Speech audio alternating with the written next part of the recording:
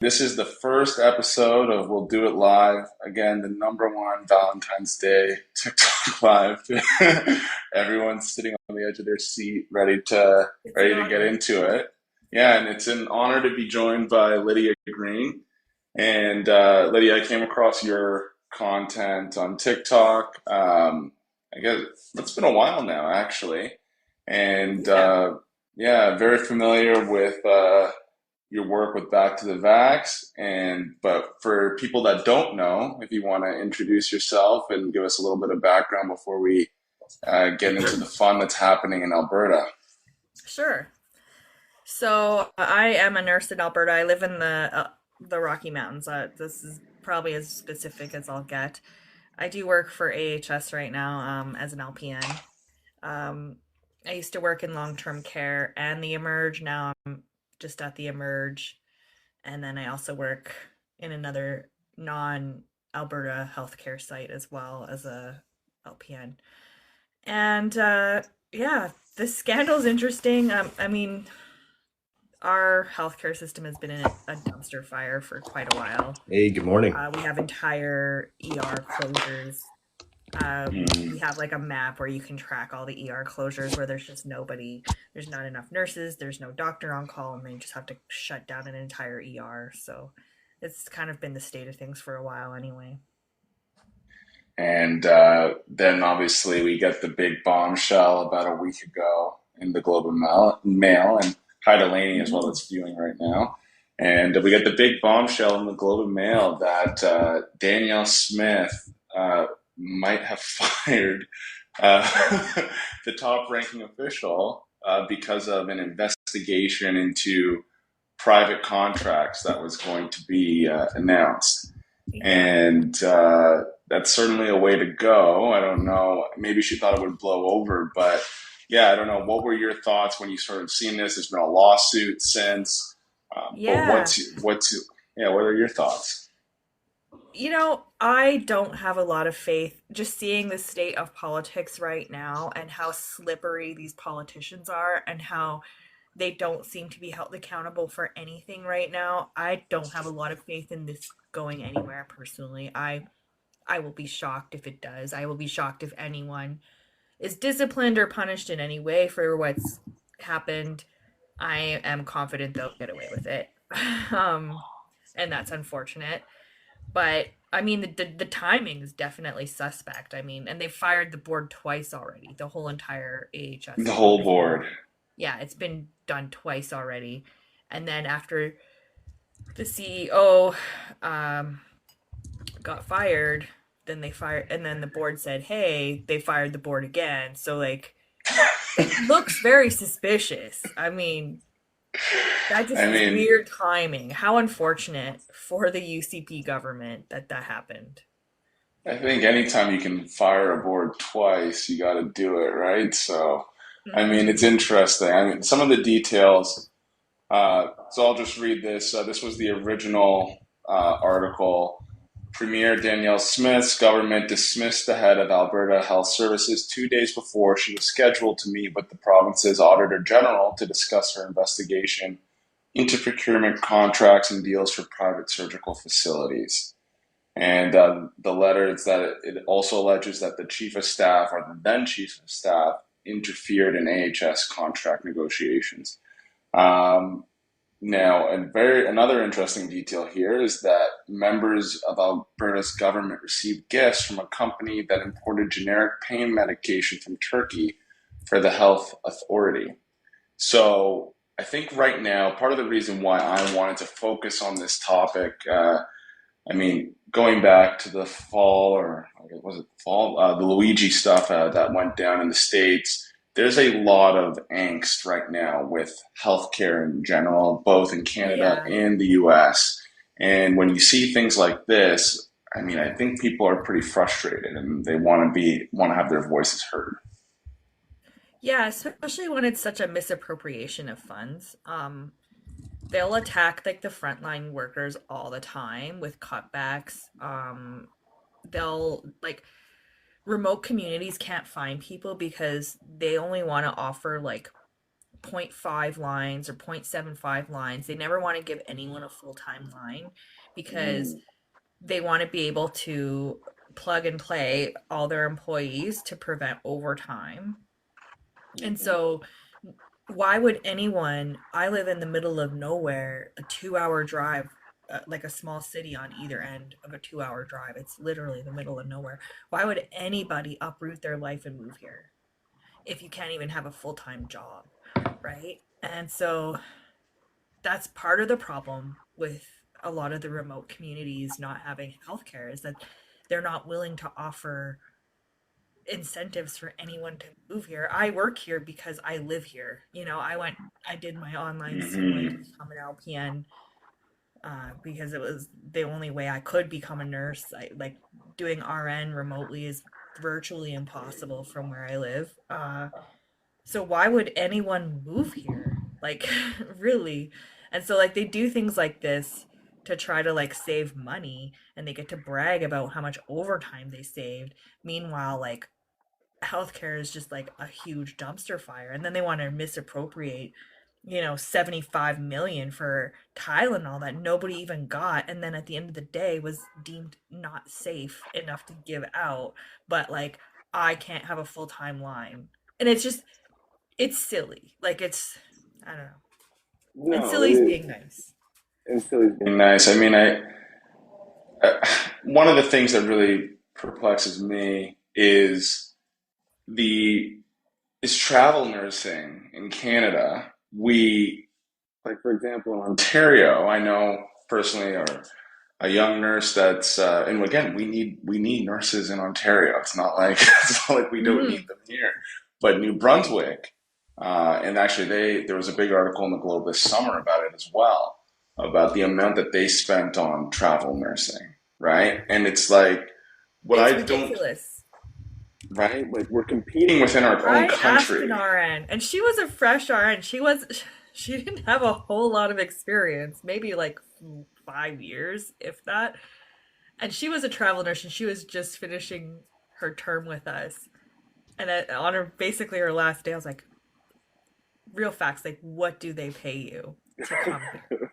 Yeah. And it was like $106 an hour to work in our location. So they'll pay an RN to work $106 an hour and then not give a full-time line to anyone in our own community. It's so insane. And then but again, because like they're not paying overtime, they're like, we're saving money, and it's not saving money at all. And keep in mind that $106 per hour, that's going to the nurse herself or himself, And then right? there's the And then the agency company, cut. exactly, the agency above them, right? So Yeah.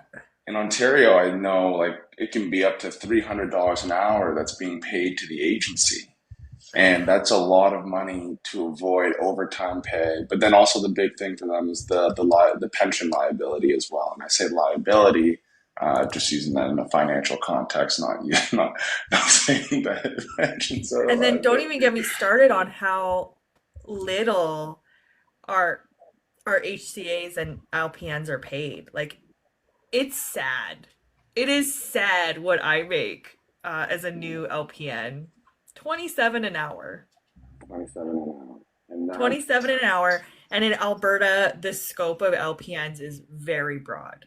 Like, there really isn't too many things that I'm not allowed to do compared to an RN. I'm doing IVs. I'm doing all of it, you know? So, like, pick line dressings, oh, drawing, blood samples from picks. Like, there's really not anything that I can really think of. I make sure if there's a C test acuity that is higher, especially with pediatrics, then I'm like, you know what? I'm gonna defer to you. Like, give it to the RN, right? Like, I don't mhm. I don't want that responsibility. I'm not paid enough for that responsibility.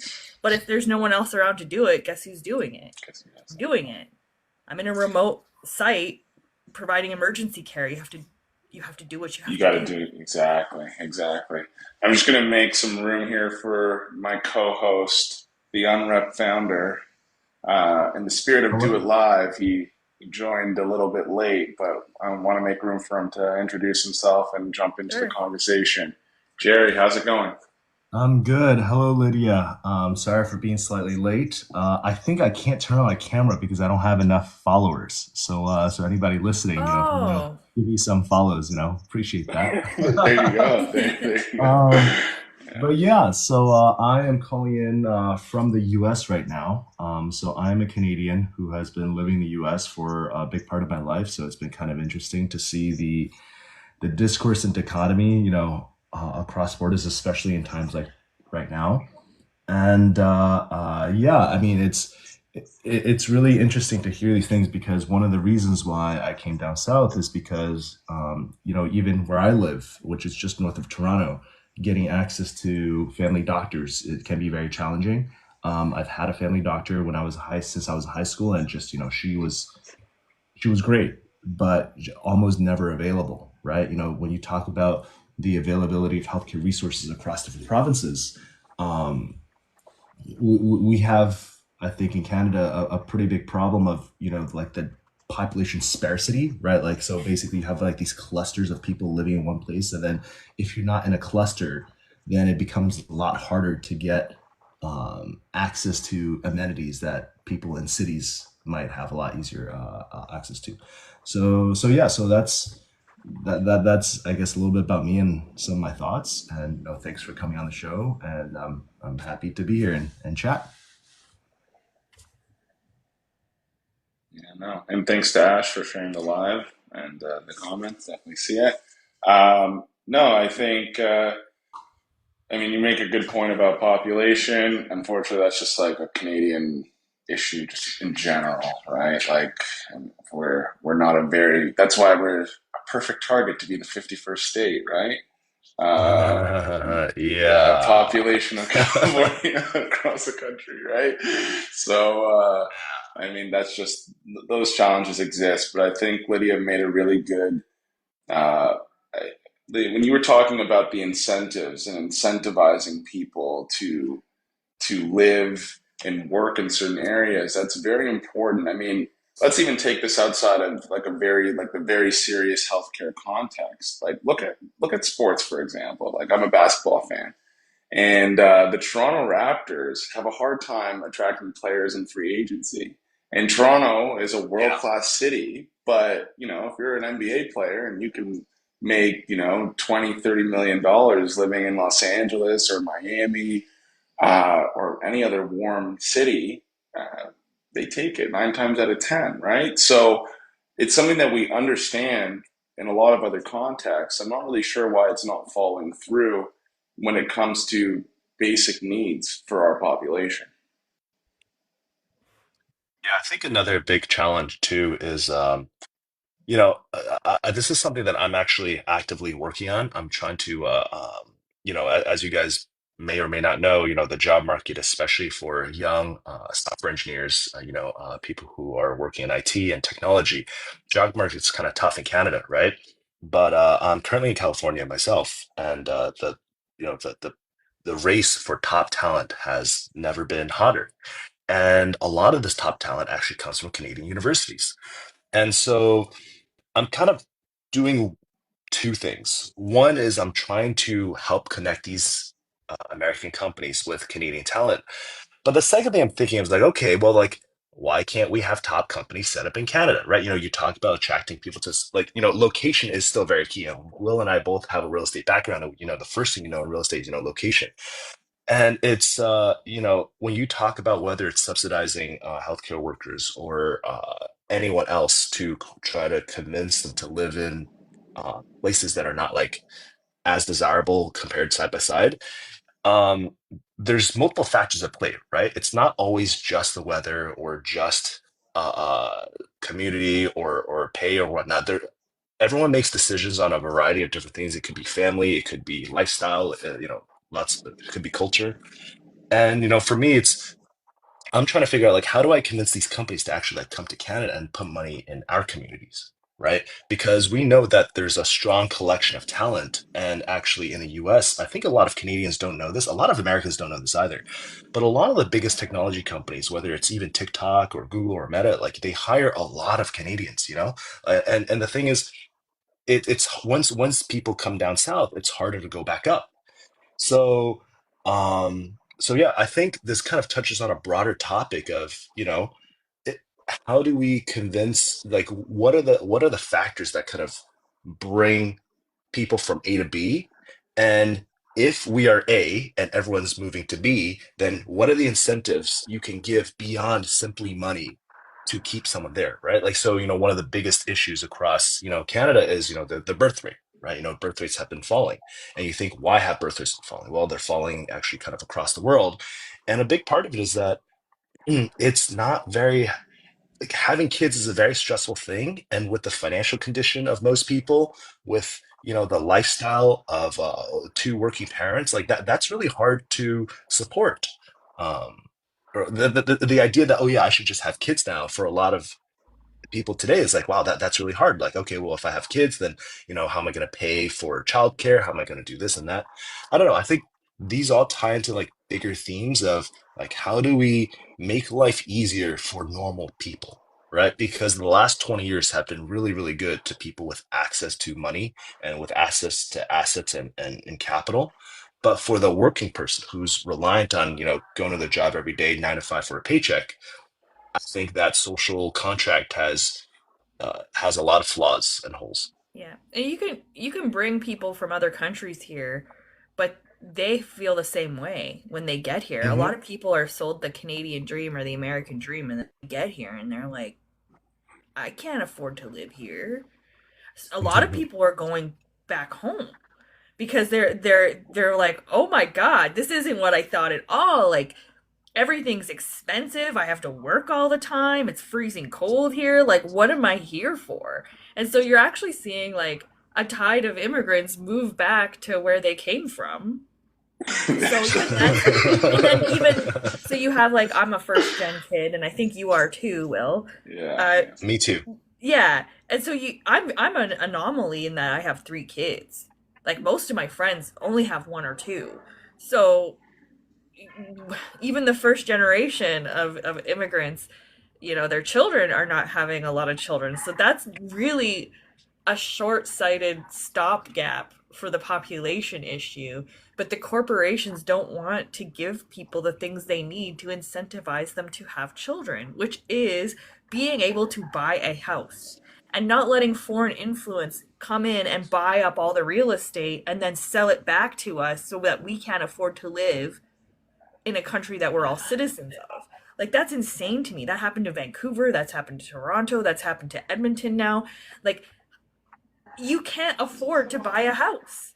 So why would anybody want to have a family? So now you're Yeah. beholden to your mortgage and your mortgage poor and you can't even see the children you have. Like it just makes no sense.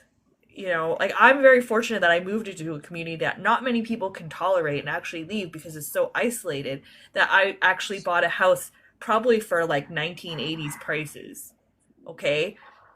And I'm very lucky. But I have that comes at a cost to me too, in that it's very isolating. I'm away from my family. I have to drive really far if I want to go to a city. I don't have access to the recreational activities that most people have access to in a city, so I have to kind of make my own fun, you know. So that comes with a price too. It's not for everyone. You can't just be like, well, I'll just live in a tiny little town and in the middle of nowhere and make do because it's hard for people. A lot of people leave here because it's depressing. So Yeah. yeah, there's not an answer, or terms for Yeah. in terms of that, but like something's got to give, and greedy corporations have to realize like they have to pay more money, and B, our governments have to realize that there's a huge housing crisis right now. Yeah, and like Ash is making the point that this is Canada's story outside of major cities, and it's true. I think like as someone from Toronto, like you think Canada is Toronto, like the world, like outside of Toronto, the world doesn't exist for the It's most part. not. You're like what? Like there's other parts of Canada, like so, like, and I actually, what I say a lot of the time is Toronto's not Canada. Like Toronto's Toronto. Like we have our own thing going on here, and it's very disconnected from the experience that so many Canadians have. And, you know, I think that should be part of the conversation as well, that we should talk about what it's like. We should normalize the conversation of what life is like in Canada because, yeah, there's different considerations to be made. Because I know a lot of people, oh, yeah, we're going to move out of Toronto. We're gonna go live, country living. Well, I mean, if you're from Toronto, like, do you know what that's like? Like, do you really have a good understanding of that, right? So, Yeah. it's not just And TikTok, then you depending know. on the climate too, like when you think you're gonna have a garden, good luck. Right. Like No, right. where I live, it's called Zone 2A. I can grow potatoes and carrots reliably, and that's it. Reliable. But like you're not gonna have these like people have this idea like I'm just gonna go homestead. Like that's another movement I'm seeing. Oh It's yeah, almost yeah. like a cosplay of homesteading in a lot of cases, Well, to because it's follow up on really that not that idea, easy. And sorry to interrupt. well, sorry, go ahead. No, no, sorry. I'll let you finish first. I bet. Yeah, most people don't even live in an area where you can sustainably do that in Canada. Like the Hmm. further north you go, like most of our population is kind of centralized around that border. But you go any further north than that, you're not gonna be able to do that reliably. Well, what I was gonna say is, I feel like, there should be some conversation, not just about like what is, like, what is the current situation and quality of life, but there should be more conversation about what should be, right? Like, what should we as citizens expect and hold our leaders and our leaders, our politicians, and and our neighbors. What kind of community should we live in, right? What kind of, because if we agree that declining birth rates is an issue, which also is sort of, I guess. Funny is a bad word, but I don't know. It's strange because I remember growing up, people are like, "Oh my God, there's going to be overpopulation," and now we're very concerned about declining birth rates. But yeah, like I think we should be asking, what kind of life should everyone be entitled to, right? Do we have because down here in the US, I my perception of the culture here, having lived so long here, is the life that you're entitled to is basically like you have to, like, you just have to work and be happy. um I think if you study like American history, that's been a really big part of the founding ideology, and I think that's fine for people who want to do that, but there's obviously a lot of people who want to contribute to society in other ways. um and sometimes these ways aren't necessarily the most financially rewarding, but we need these people, right? Whether they be healthcare workers or maybe they're service people. Like, we want to go to restaurants and we want and have good service. We want to go to public facilities, have them be clean, and I think there's not a lot of conversation about what kind of life people should have, and we often operate around the world that we live in right now. And I've always believed that, like, your mind creates the reality, right? So you will get the word you will get Well, the world that you want. well, I mean, I'll just say, like, I know you're talking about the life that we should have. I think the world's changing so fast that we don't even we're not really sure where things are going, right? Like all we know right now is that things are regressing. Like this is millennials will be the first generation to be worse off than their parents in like 200 years or something like that, right? So Mm. I think there's the dissonance and the coming to grips with that reality. Like, things aren't as good, things aren't as good as they used to be. But then there's the change, right? So you talked about AI, and then actually interesting with AI in medicine and healthcare.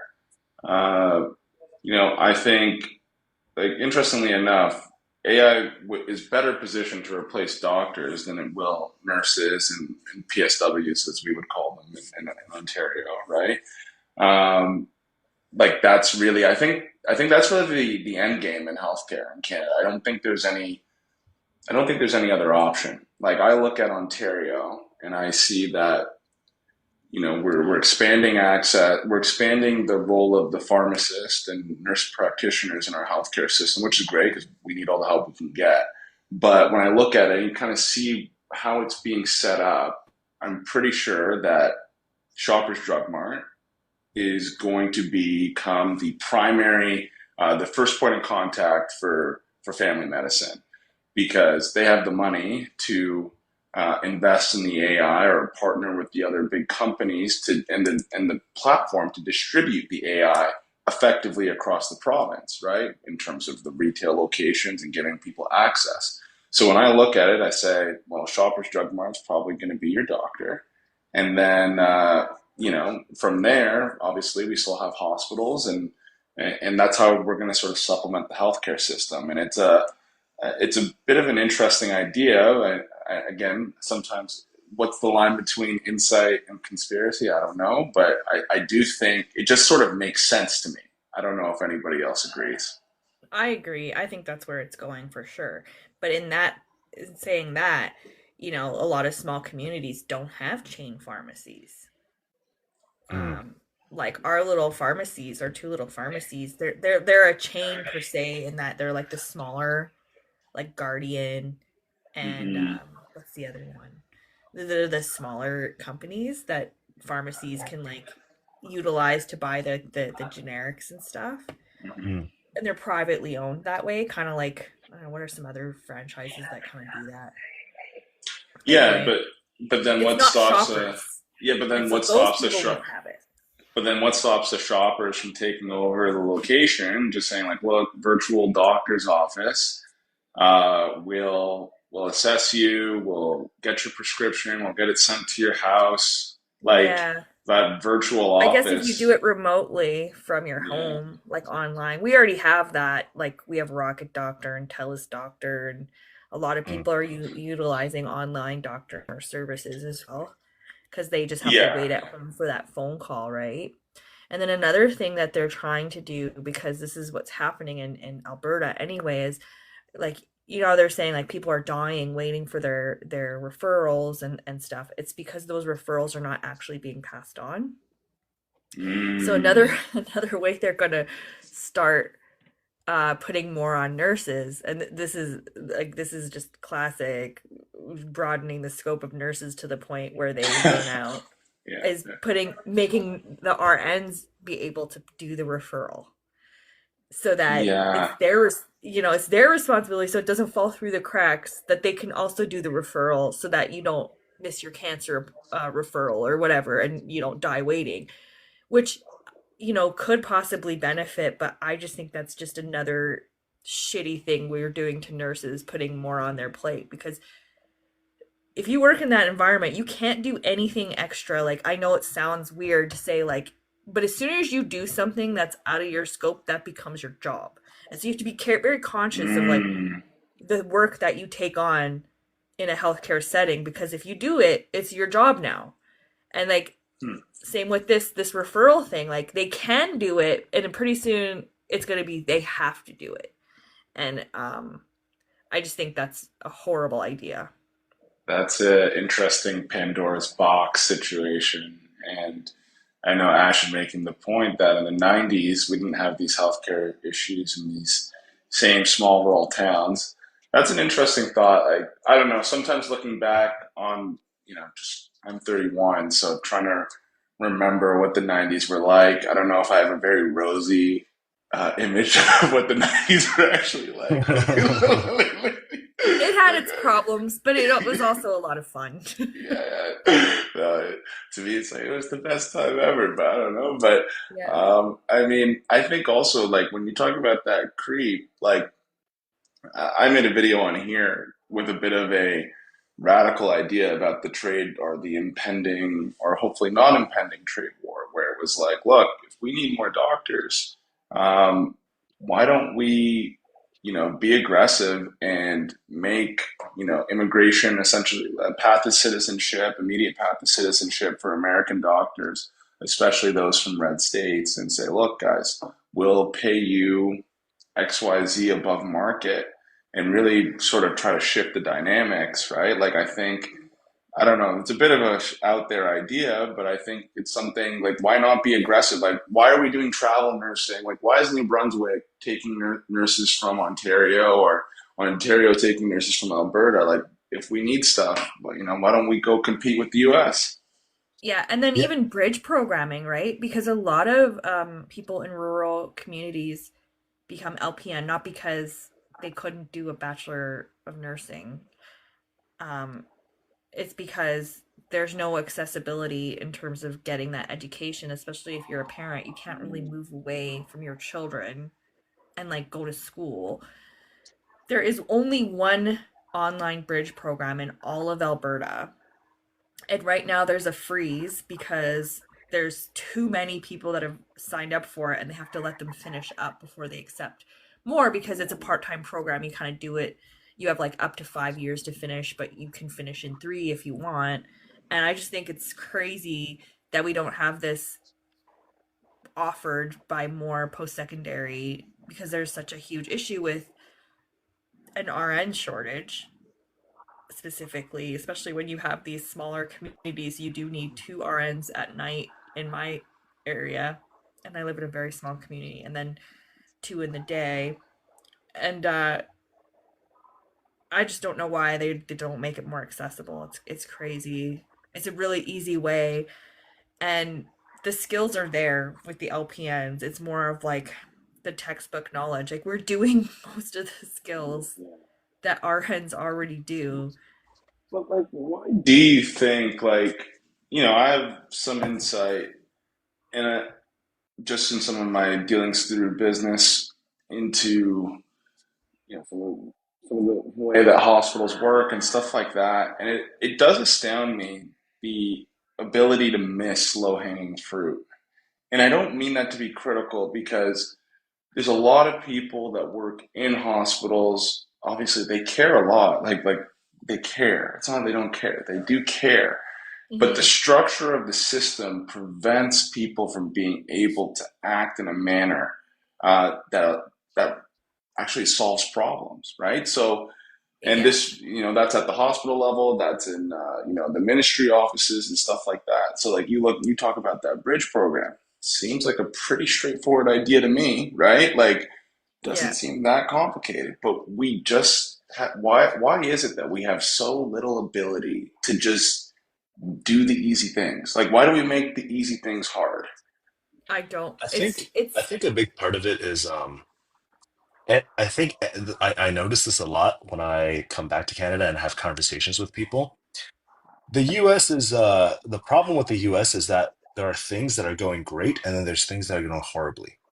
And then within things that are going great or horribly, there's inevitably like something that's going doing really well, there's like a really bad portion. And then something that's doing poorly, there's like a really good portion. Right. And so what this ends up happening for a lot of Canadian political conversations, where I think you do need to mobilize the country to act together. Well, first, obviously, like our federal government is a lot weaker than most other countries, period, right? Because so much of power, money, and authority is given to the provinces. And that's the nature of the confederation that was built. So that's where it starts. And then, second, anytime someone suggests something bold or radical, it's usually been tried already in the US to some level of success or failure, and then the detractors of the plan can just simply point out, hey, look what's happening down there. That's really bad. And then you can always find something bad, right? It doesn't matter what situation it is, you can always find something bad.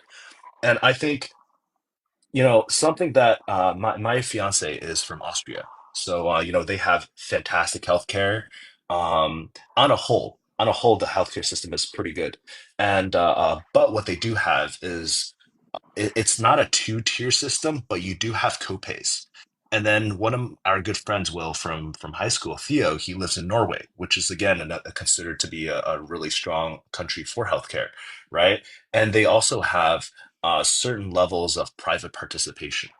And like I completely understand why Canadians are so allergic to the idea of private participation in healthcare because like living in the US, I'm telling you, like it sucks. Like I don't want this. Right. And if you actually look at the states with the best quality of living, there's a lot of healthcare offerings for people. So, for example, in the state of New Jersey, if you are below if you're below the poverty level in New Jersey, you actually have free healthcare. So there's multiple states where that exists already. I think Massachusetts as well. California has Here, Medi-Cal, I here. think it's called. I'm getting. Yeah, Let me jump in for a second. Like, yeah, I don't think. Obviously, I'm in the retirement home business, so that's a private that's private participation in healthcare, right? We're mm, adjacent to the long term care industry, and what I would say is that the problem with Canada and privatization, it's Canada has like the worst parts of capitalism, right? Like I saw a yeah. video on this. Like it's like we get the worst of capitalism and the worst of socialism. Like we just don't try Yeah. You have the worst of to all worlds instead of the best of all worlds. right. So like in the US, yeah, like there's a lot of entities that it's a real rock and roll business environment. Things can happen, right? Here, like look at the retirement home industry, where in Ontario you have a crippling shortage of long-term care beds. And if we went into a Econ 101 class right now in any school in the country, they would tell you, well, if there's a shortage, you know what? The market entrants will join and will the shortage will be filled, right? Like there's no shortage of Tim Hortons in Canada, is there? Right? Is there like there's no shortage of Starbucks, or we can go down the list. But the reason we have shortages, like again, when you talk about assets and things of these natures, like in Canada, everything is it's all oligopoly, right? It's all cartel Yeah. economics, right? So uh, there's a shortage because on the private side, the largest operators own 80 plus percent of the beds, right? And they're the ones that have the access to the financing, the ability to mobilize and create the beds. And guess what? It's in their interest for a shortage to exist because there's natural upward pressure on prices. And that's Mm, the truth. Like, that's why, right? So, long term care, nobody built beds for 20 something years, right? The economics were all screwed up. They offered subsidies. Guess what? Overnight, everybody said, "Oh, I'm submitting for licenses. We're gonna go build beds, right? Because we're handing out cash, right?" So, like right now, there's capture, and what we really need is the ability. Now, I'm not going to argue for it could be for anybody because it's all hands on deck. What we really need is the ability for qualified individuals to go out and do something. Right now, if you're a nurse in Ontario and you wanted to set up, there's actually zoning in Toronto that allows what's known as a seniors community house. Any residential home in Ontario can open up the equivalent of an Alexis Lodge, 10 beds to a home to take care of seniors in a fast moving political environment, we would say, "Hey, I'm going to support any nurse that wants to do this. Right? I'll give you funding. I'll help you. You need funding for sprinklers to do it. You need access to financing, whatever. I'll do it because we need the beds right now." But we don't come up with ideas like that. And maybe again, I don't necessarily want to criticize people or whatever, but I mean, I I mean, I think think we we should could do a criticize lot people. more. Well, the I thing think we is that should. you criticize people, you'd be surprised. Like, you'd be surprised. Even me, I'm a small guy, right? Like, we put out the idea for that next generation dementia care home, and I was actually surprised that people in BC were through a major competitor of ours that had actually heard about it. And I was like, what do you mean? Why do you know what I'm doing? And it's like, oh, yeah, people talk, right? And government people are sensitive and stuff like that. So, unfortunately, you get put on the blacklist, things don't go in your favor because there's a lot of sensitivity instead of looking at it like I looked at healthcare like, wow, we're doing stuff to help people's lives. We're all on deck. Things are gonna, everything's gonna move. It doesn't move. It really doesn't. Well, I think you bring up a good point in the sense of, hey, there's a lot of opportunity for people to get involved in this industry, right? And it's kind of like why I'm here in California right now. I don't live here. I'm just here for a couple of weeks, and I'm just really trying to. I think I think in Canada, we need to bring back more so entrepreneurial culture. And what I mean by that is not that people can't start businesses, because some of the greatest business people I've ever met were either trained, born, or educated in Canada, right?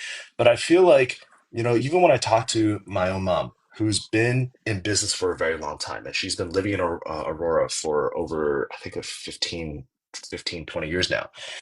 And I think she has so much to offer. And I'm trying to encourage her, hey, you can do this, you can do that. And I don't know. I feel like a lot of people, especially some of these younger kids that I'm trying to mentor and help them start their own businesses, for some reason or another, just mentally speaking, they feel like I can't, I can't do it. And even if I could, I can't do it here.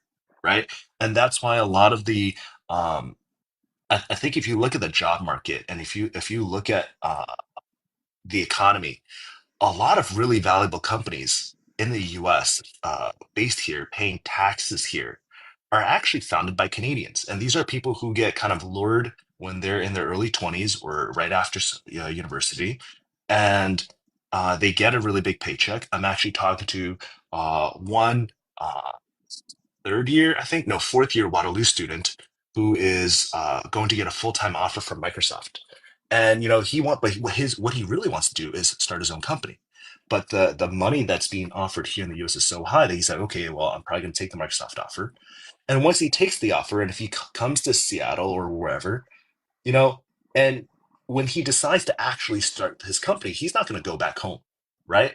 And I don't know I don't know But what can be done. And I think there needs to be more encouragement of entrepreneurship, because I think in there's a lot of misconceptions. It is true that there's a lot of really, really abusive companies here in the US. And don't get me wrong, there's plenty of examples of that, but there's actually robust competition, right? Like you mentioned the oligopolies earlier.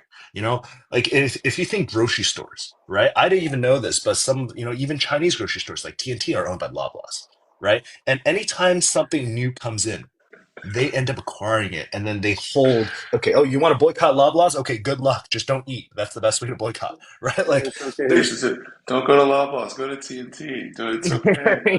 yeah, so the thing is, like, I, there needs to be a mental change of people taking bigger risks and understanding, hey, if I take risks, there's adequate rewards for that risk too, right? And I think if you want to talk about, who's supposed to change this, the government's supposed to do this. The government's supposed to make it easier to start a business, for people to just start doing things, get experience. Because the one thing about starting your own business is that you will never be trained for, right? Because there's so many things that you don't even realize. Like, for example, I was trying to design my own website. I was like, oh my God, how do I even do, like, what color should I pick? What font? And these are all like these little things that you only learn with experience.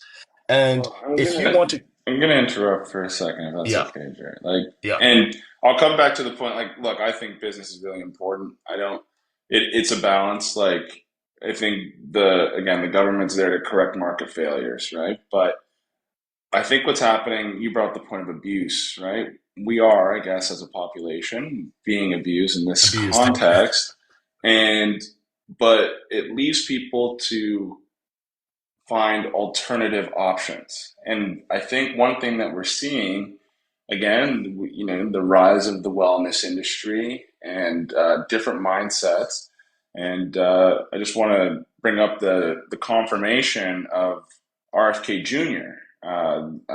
Down in the States for the role of the HHS secretary, right? And I think that's a reflection of a lot of the frustration. And again, people, if you're not going to give me the way to go this way, I have to find a way anyways, right? So, and now other voices come out. So, I know Lydia, like, what do you think? I know you have a lot of experience with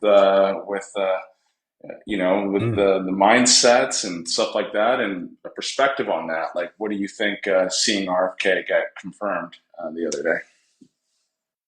Oh, you're on mute. I think you're on mute. Lydia, you're on mute. Oh, she can't hear me. Lydia, can you hear us? You're on Oh, mute. yeah. Yeah, Oh my yeah, God. yeah. Sorry. I just No didn't want all worries. the problem. background noise being picked up and then I forgot I did that. Yeah, Um, no problem. for those that don't know, like I used to be a very crunchy holistic mom and I didn't vaccinate my kids and I was like really into like supplements and I have like a really severe autoimmune disease that, and I had a few really bad, encounters with healthcare which kind of drove me the other way and that's what's happening to people, right? Is they're being disenfranchised with evidence-based medicine because the system is terrible, not that evidence-based medicine is terrible necessarily, right?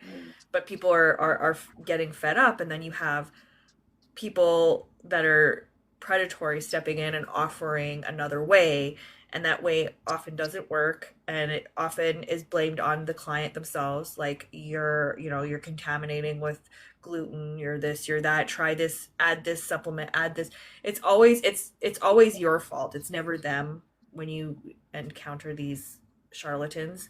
And so they're more than willing to take your money until you have none left. And Yeah. this happens to a lot of people, and actually it gets to the point where it messes even with your psychology. There's like eating disorders that can arise from it called orthorexia. People can get something called parasitosis where they think everything is from parasites. They're trying everything to kill the parasites in their body and they're consuming toxic things to try to kill their parasites. Like it's on the extreme end of things, it causes a lot of harm that people don't really realize because when you go to their sites, they're not going to have these people that share that negative experience. It's like, I tried this and I felt better. Meanwhile, there's like a placebo effect and then also like a healthy lifestyle effect. Of course, you feel better. You're drinking more water, you're going for walks, yeah, cleared the processed food out of your diet. You're going to feel better. Okay. And that's not because you took turmeric, it's because you made a bunch of changes that were positive.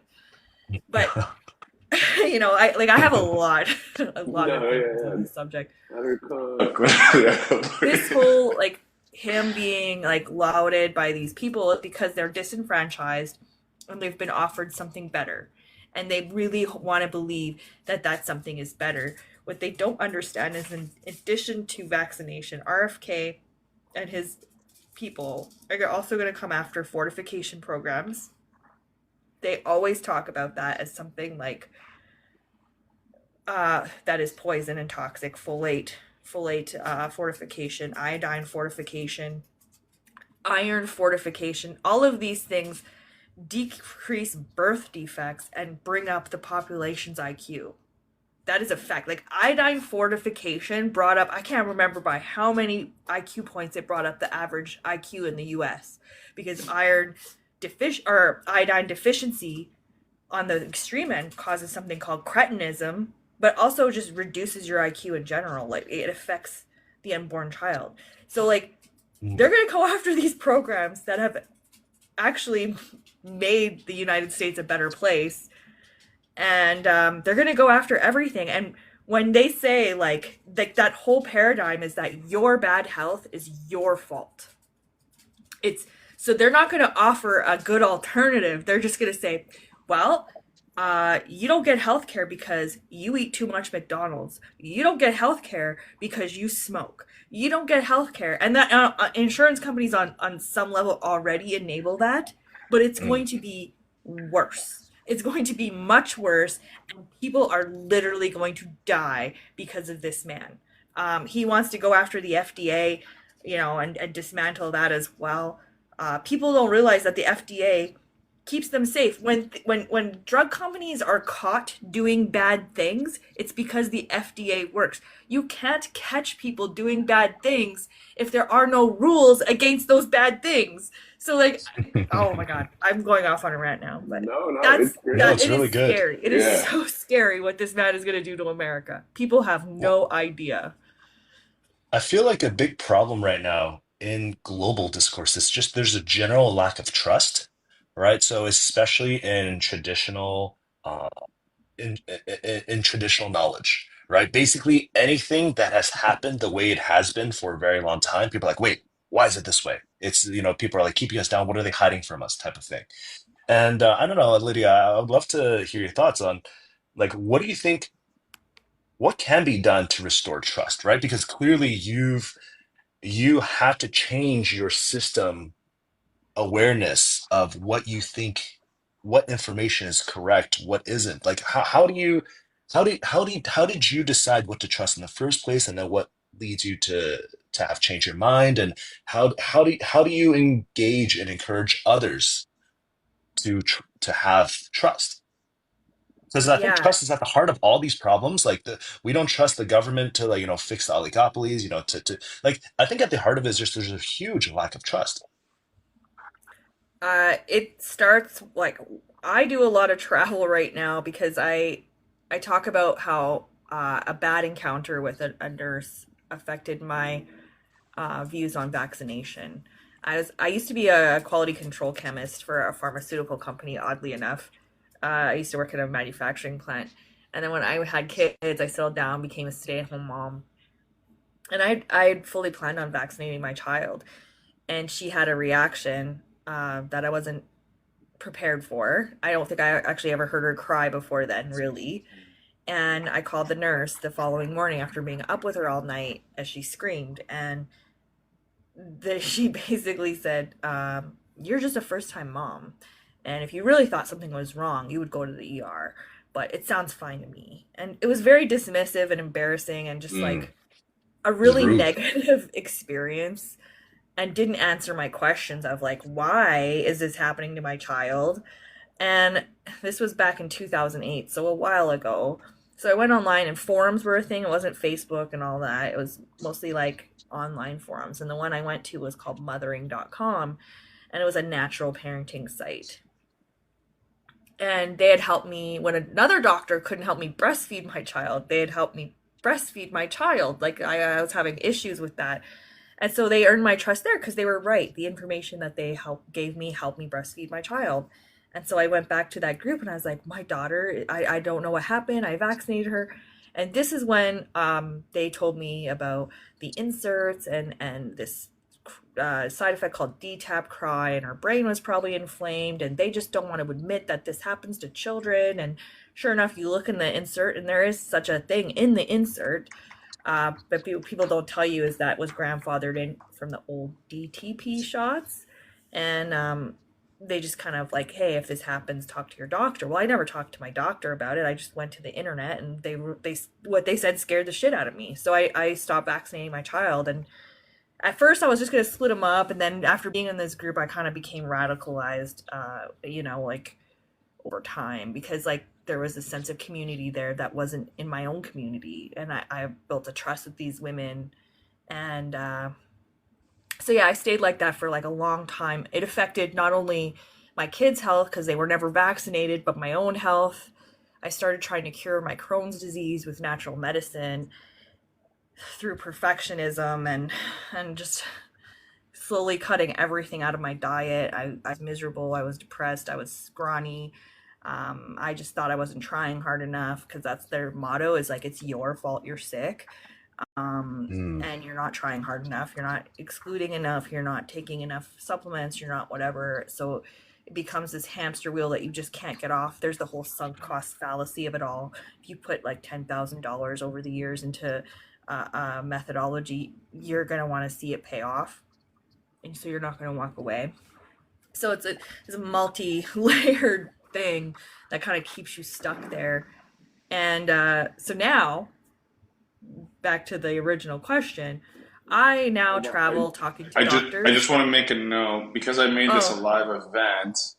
This might shut off on the hour. okay. I just want to but this is really good. I want you to keep going. Yeah. Yeah, yeah. So now I travel, please. I talk with nonprofits to talk to doctors and nurses like, listen, what you say can impact people and send them on a path that you will have a hard time turning them back from. It took me this many years to come back to evidence-based medicine, realize it's an imperfect system, and these are the conversations that help me, because ever since like I came out of this, I've had lots of wonderful conversations with doctors and nurses and scientists that want to, share explain how the hierarchy of evidence works, explain how, what evidence-based medicine actually means and how we can determine what works and what doesn't.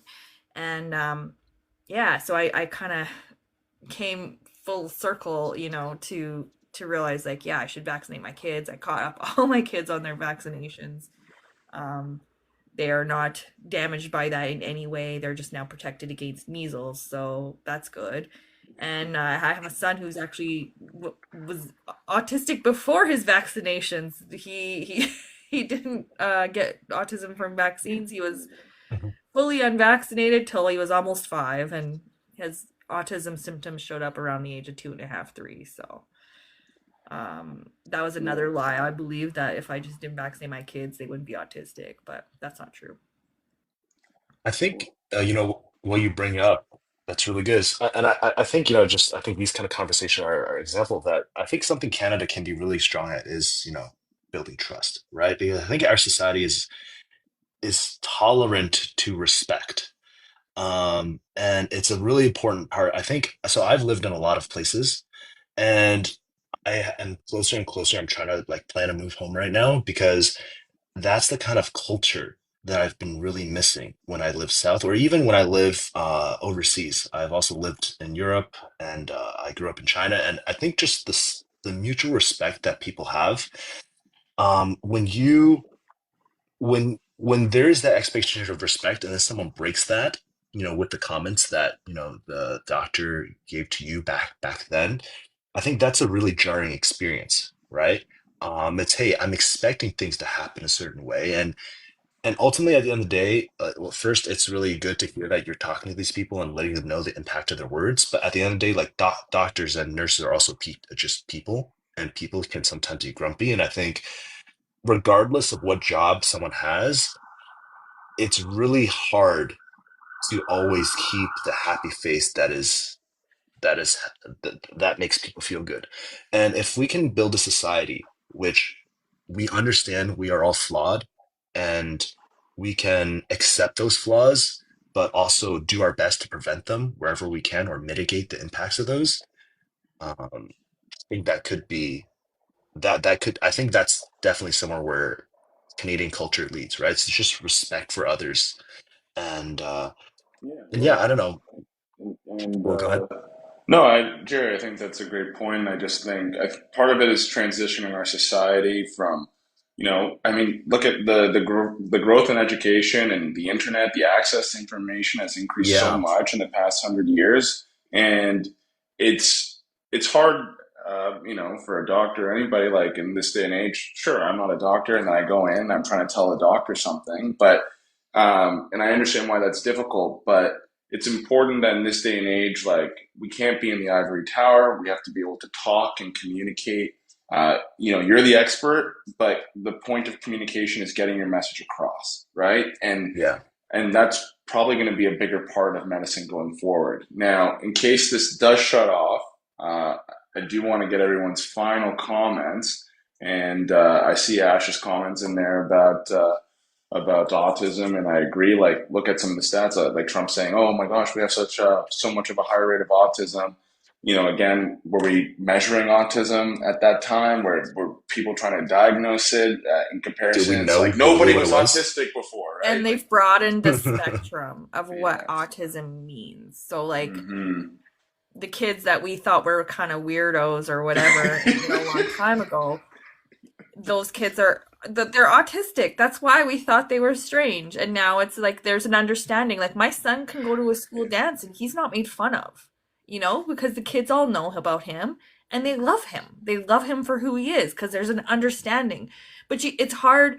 People fear what they don't understand. So those kids used to get outcasted, but now it's better for them. Like I remember the first school dance he went to, I was like, I'm so scared. But he had so much fun. And the kids, he's not able to form friendships the same way other kids do, but they do appreciate him for who he is, and Yeah, he likes being around them too. that's right. No, that's Yeah. amazing. That's amazing.